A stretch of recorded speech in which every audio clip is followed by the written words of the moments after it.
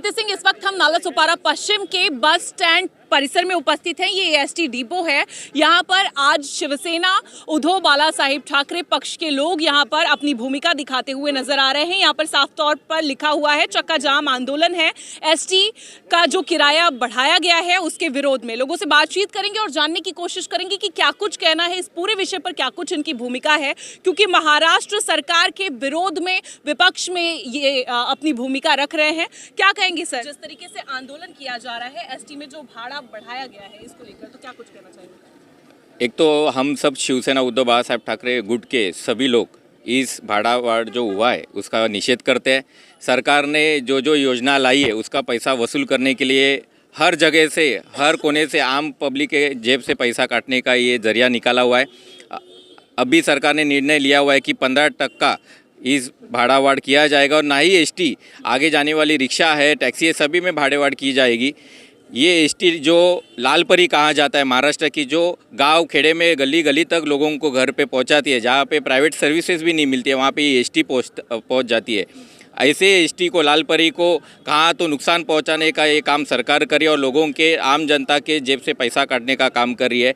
पीछे ये आपको पता चला रहेगा, शिंदे सरकार के वक्त 2000 करोड़ का एसटी में घोटाला जो हुआ उसमें 1310 बसें जो प्राइवेट बसेस लिए जाने वाले थे कॉन्ट्रैक्ट पे, और वही टेंडर को अभी जो नियुक्त मुख्यमंत्री है देवेंद्र फडणवीस जी, उन्होंने उसको स्टे दिया है। मतलब कहीं ना कहीं इसमें भ्रष्टाचार था। इसकी ईडी की डिमांड मांग हर पार्टी ने की है और उस पर जल्द से जल्द कार्रवाई होगी ऐसी आम पब्लिक की आशा है। लेकिन आज उद्धव साहब के आदेश के ऊपर हम लोग ने यहाँ पे एसटी भाड़ेवाड़ जो हुआ है उसके लिए चक्का जाम आंदोलन का नियोजन किया है और अभी तक हम लोग ने शांत तरीके से हम लोग यहाँ पे आंदोलन कर रहे हैं। जैसे वहाँ उद्धव साहब से आदेश आएगा इसका उग्र स्वरूप शिवसेना के स्टाइल में किया जाएगा। लेकिन क्या कहेंगे, एक तरफ एसटी के लोग लगातार पिछले कई महीनों से आंदोलन कर रहे थे कि उनकी पेमेंट में यानी तनख्वाह में बढ़ोतरी की जाए, और दूसरी तरफ यहाँ पर जिस तरीके से किराया बढ़ाया गया है उसके विरोध में अगर शिवसेना उतरी है तो क्या कहेंगे इस मसले पर? देखो, फोकट का पैसा हर योजना में देने के लिए सरकार के पास पैसा है, तो अगर आम पब्लिक जो आप कर्मचारियों की बात कर रही है तो कर्मचारियों का पगार देने के लिए आम जनता के जेब में हाथ डालने की ज़रूरत नहीं। सरकार के पास पैसा है। लाडली बहनें जैसे करोड़ों रुपया खर्चे करने के लिए अगर सरकार के पास पैसा है तो एसटी के जो कर्मचारी उनको पगार देने के लिए सरकार के पास पैसा क्यों नहीं? उसके लिए आम पब्लिक पे बर्डन डालने की सरकार को ज़रूरत ही नहीं है।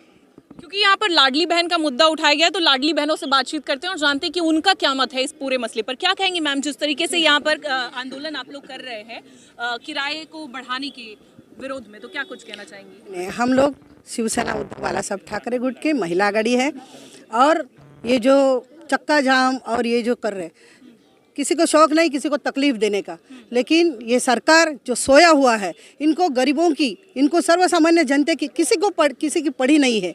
अभी आप सोचो ये एसटी से जाने वाले लोग कौन रहेंगे? हम जैसे सर्वसामान्य लोग रहेंगे ना, तो उन्हीं को तकलीफ देना है।